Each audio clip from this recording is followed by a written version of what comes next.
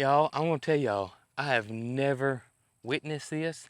I've never seen anything like this. I've never dealt with this before. Never. What is going on, Cog Squad? Jason over here at Cog Hill Farm. Hope you guys are having the best day ever today. I truly do. Better than I'm sort of having. Y'all, I'm gonna tell y'all, I have never witnessed this. I've never seen anything like this. I've never dealt with this before. Never. I've been gardening a long time. I don't even know how many years, but I've been gardening a pretty good little bit. Love gardening, as you guys know. So passionate about gardening. But I got something that I have no answer for, and it has totally wiped out my lima beans, and now it's migrated to my granddaddy's pole beans. And I've shown them before because I thought I had a handle on them, but I don't.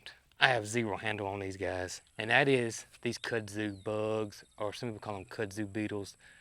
They're just literally thousands of them on here. Thousands. I have no answer whatsoever for them. Nothing. Now, I have tried literally everything that I can try. I've tried all my organic pesticides. None of them work. Spinosad, BT, pyrethrin, neem oil. I had a lot of y'all suggest that I should use soap and water, and it doesn't faze them. It does not faze them. The only thing that I have found that will kill them is a real legit pesticide, and the one I've been using is Bug Buster 2, and it kills them just about on contact. I've sprayed this 5 times. 5 times. And I'll spray it and they will die. And there will literally be thousands dead kudzu bugs on the ground. This thing will be completely clean. And about day 4, I'll start seeing a couple. Day 5, day 6, it looks just like this again. I have never witnessed an insect like this before. The pest pressure is unbelievable. I can't figure out where they're coming from. The only thing they're eating are my beans. So my pole beans is the only thing that they're going after. The bush beans they really didn't go after. My purple hull peas they haven't messed with. They haven't messed with anything else except pole beans, which I guess is kind of like kudzu. It is an Asian insect, of course. Kudzu is from Asia, and it's relatively new in the United States, but I'm telling y'all, the way this thing is, it's not going to be uncommon soon, I don't think. I think this is crazy. I literally have no answer for it. No answer. I've talked to all of my gardening buddies that know way more than I do. No one's dealt with this bug yet. Just me. No one. Greg at Hoff's Tools, Tracy at Just Dig It Farms, Destin over there, the Texas gardening guy, Jason from Pedals from the Past. Nobody has had an issue with this bug. And thank goodness you haven't. Because, again, I have not seen anything like this before. I pretty much, a few days ago, I said I'm done. I'm not going to try to save these beans. I'm just not going to. I cannot continue to spray poison to save these bugs, save this crop of lima beans twice a week for 6-8 weeks. I just can't. That's unhealthy. That is unhealthy. Even if you mask up and wear the proper clothing, well, you shouldn't have to mask up and wear this gardening, look like you're at a radiation plant to garden. You know what I mean? You shouldn't have to do that. And why would you want to? It's not healthy. And I have no answer for it. I'm speechless, y'all. I'm speechless. I really don't. I'm going to put this out there. If any of y'all have dealt with a kudzu bug or kudzu beetle like this, and were successful at defeating these guys, please, by all means, send me an email on how you did it. I would love to know. The only other thing I saw that works is 7 Dust. 7 Dust works. It does. It works. But again, to me, it's only temporary. It kills them. It does. It kills them. It wipes them out.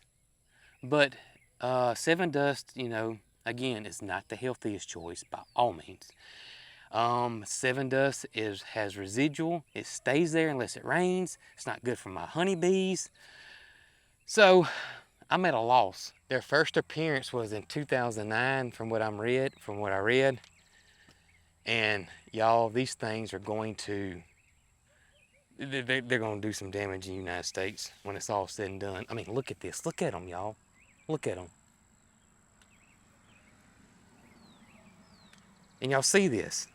And y'all see how many of it is right here. It's like this on every square inch of this plant. Look, I'll go up here, look. Y'all see that?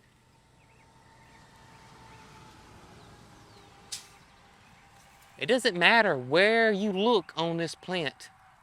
It is completely covered in kudzu bugs. Unreal. Unreal. So no lima beans for us. It may be one of those situations that we can't grow pole beans. You know, it is what it is. At my other farm, I had stopped growing squash because of squash vine borers. You know, it's just, I just hate spraying real poison on things. I hate doing it. So they're not near as bad on Granny's pole beans. I think I'm just gonna let them be unless they start looking like this behind me here, and we'll just have to do something else.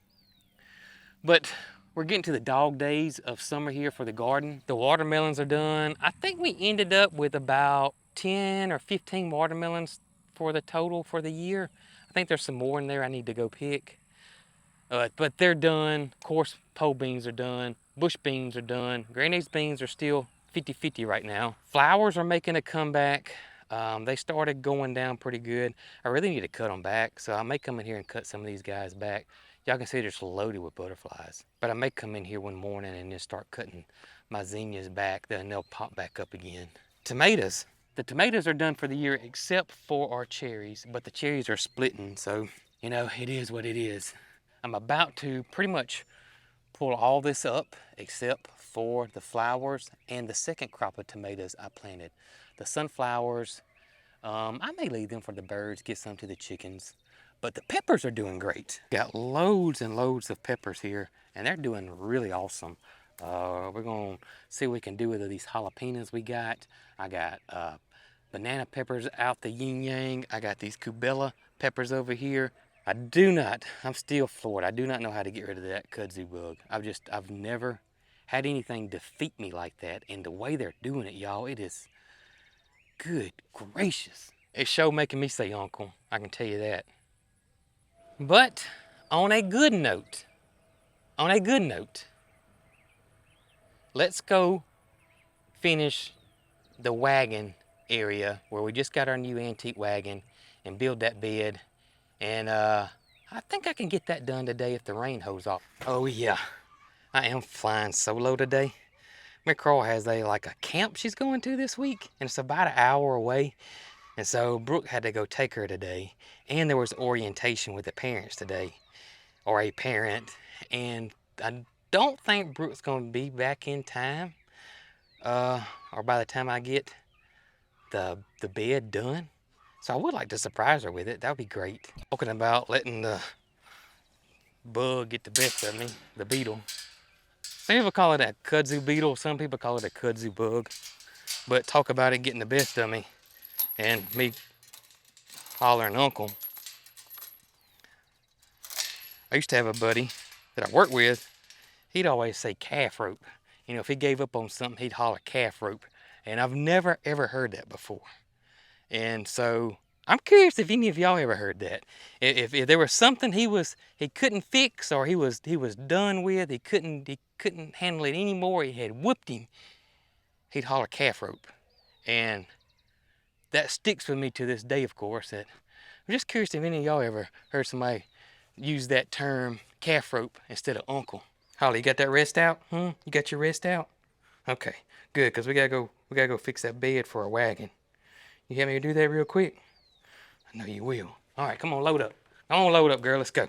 Come on, load up, let's go to work.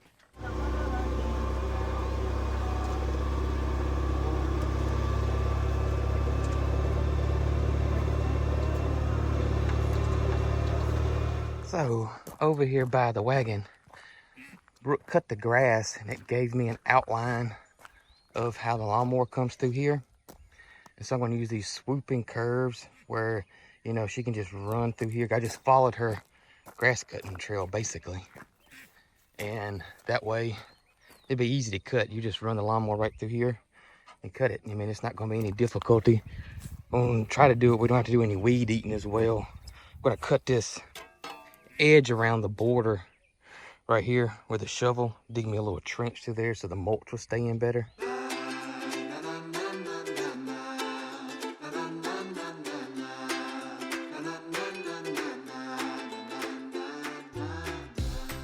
Alright y'all, we got the trench dug out. What this will do is this will let the mulch when we put down stay in place, but it'll also help with grass jumping over.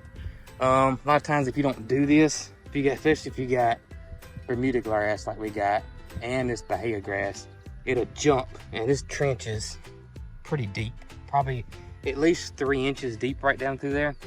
So it's a lot harder for the grass to get over into your bed. That Bermuda will grow in that mulch even though you got a weed mat down. So there's just a little more protection here and help the mulch stay in place. The mulch won't wash out as bad if we get a big rain or something like that, or get over in your grass. A lot easier to weed eat and manage right here. All right, so now I'm gonna move the buggy out of the way and we're gonna put the weed mat down, and then I don't know if we're gonna mulch first. I think we'll put the buggy back then mulch. That's what I think. I don't want the buggy sitting on top of the mulch. I think it'll look better with the mulch around the wheels there.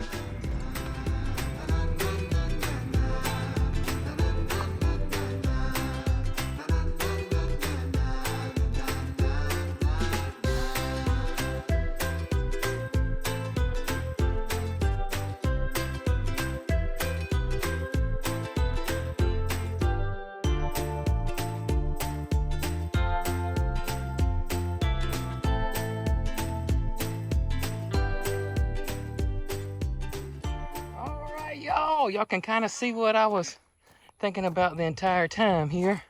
I ran out of mulch. I got to get probably about 3 more bags, I think, and it'll be done. But look at here. And I got the curved bed so the lawnmower can just come through here and not even miss a beat. Actually took away some grass cutting here. Oh, but don't it look good? It looks really, really good. Finished mulching this out. And this fall, we'll figure out what we want to plant here. I definitely think some perennials, some black-eyed Susies I'm leaning towards. Maybe some, I don't know. I'll figure out, I'll talk to Jason and Tracy over there at Pedals from the Past. They'll give me some ideas. There's one cascading rose that I've been thinking about that possibly may work in the top of this. It was one of our ducks. But, wow. But talk about turning a negative into a positive today. I know we got issues over there in the garden beyond my control, but this I can control, and this made up for it. Makes my day right here. All right, so what do you think? I love it. You like it? It made a world of difference just taking the grass out from under it. Yeah, it did. It looks way better. I got probably maybe 3 more bags I need. Well, but it looks okay. good. We can handle that. We can see the light now. Oh yeah. But I am seeing one thing. What's that? I think it needs a sign on it, like a Cog Hill Farm sign. Well, you know, we got one that's on that pasture over there that I really don't show much anymore because. The one that JC had made for us. Mm-hmm. Oh yes. I've been thinking about moving it up towards here anyway, so I love that sign. We could put it right here. And you're right, it's out of place. It's out of place now. It's out of place where it is. Mm-hmm. I think that will be perfect. Okay.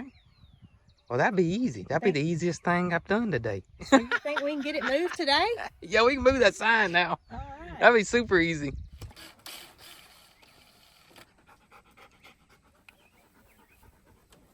Well, that was easy. Thanks, easy too. I know, it's solid metal.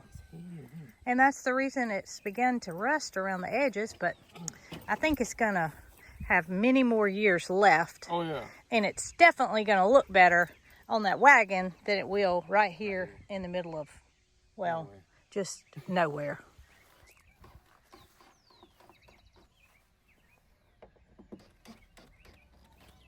All right, so we kind of had to put it over here. We couldn't put it here. It wouldn't fit. And I think it looks okay right there, though. I do too. Yeah, Jesse's been eyeballing it. She wants to go for it. Well, no, she don't want to go for a ride. She wants to pull it. Yeah, we got the hookups. Let me show you how this thing. I was looking at it while I was putting the mulch in. So they retrofitted this. This isn't original right here. Okay. All this is added on. You know that big long piece we got that's in the barn? Right. You take this bolt out and it slides in here. Oh, so that makes the tongue long enough. Long enough for your horses or donkeys. mules or donkeys or whatever. Yep. Honey and Jesse together could definitely pull us around. Mm-hmm. Absolutely. Yeah, there were some people questioning how old it was because of the tongue and all. But this was all, you can see, look how it's welded, and this was all homemade. This was a farmer needed it to pull on his tractor or trailer. Pull on his tractor or truck or whatever, and that's what he did. For the cotton wagon. He modified it. Yes. Yep. Well, it's old, I can tell you that. Yeah, it's old. It had a sister that was with it, and it sold, and it had the wooden wheels. And it looks just like it's identical, except it had the wooden wheels. This one's been retrofitted, made it where it's more modern for more modern times, I should say. All right, honey. Y'all get rested up and ready to go. The Cog Hill cart team's gonna be on.